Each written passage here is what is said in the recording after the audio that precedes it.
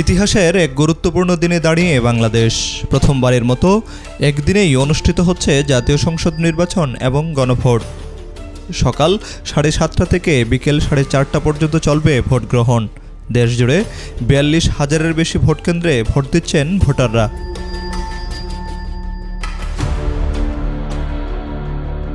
এই নির্বাচনে 299টি আসনে 50টি দলের 1,755 জন প্রার্থী অংশ নিয়েছেন। একই দিনে ভোট দিবেন দেশের 12,77,00,000-এর বেশি ভোটার।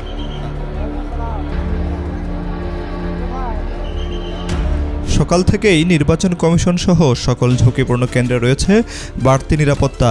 প্রধান নির্বাচন কমিশনার এম নাসির উদ্দিন জানান, একটি শান্তিপূর্ণ, অংশগ্রহণমূলক ও বিশ্বাসযোগ্য নির্বাচন আয়োজনে কমিশন দৃঢ় প্রতিশ্রুতিবদ্ধ।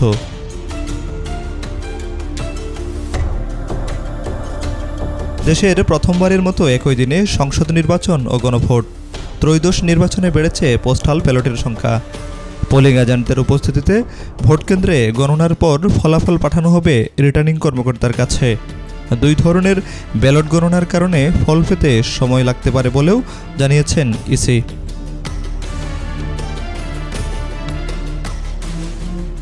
সরকারি ছুটি থাকায় অনেকেই বাস, ট্রেন, লঞ্চে ঈদের আমেজে গ্রামে ফিরেছেন। উৎসবমুখর পরিবেশে ভোট দিচ্ছেন ভোটাররা। রাজনৈতিক বিশ্লেষকরা বলছেন, বিগত 3টি বিতর্কিত নির্বাচনের অভিজ্ঞতার কারণে ভোটারদের এবারে আগ্রহ বেশি।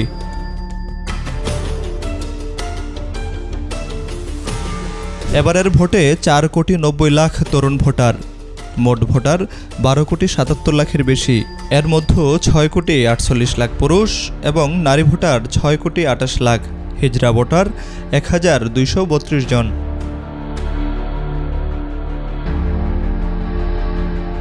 দেশের 42,779 কেন্দ্রের মধ্যে 40% বেশি কেন্দ্রকে ঝুঁকিপূর্ণ হিসেবে চিহ্নিত করা হয়েছে।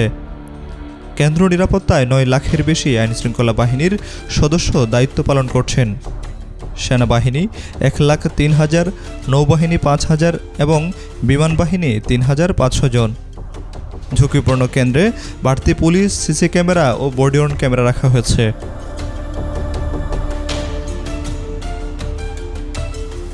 এই নির্বাচন ঘিরে ভোট গ্রহণে প্রায় 7,85,000 কর্মকর্তা দায়িত্ব পালন করছেন। একই দিনে 2 ব্যালট গণনা হওয়ায় ফল প্রকাশে বিলম্ব হতে পারে। কমিশনের ধারণা, চূড়ান্ত ফলাফল পেতে শুক্রবার বিকেল পর্যন্ত সময় লাগতে পারে।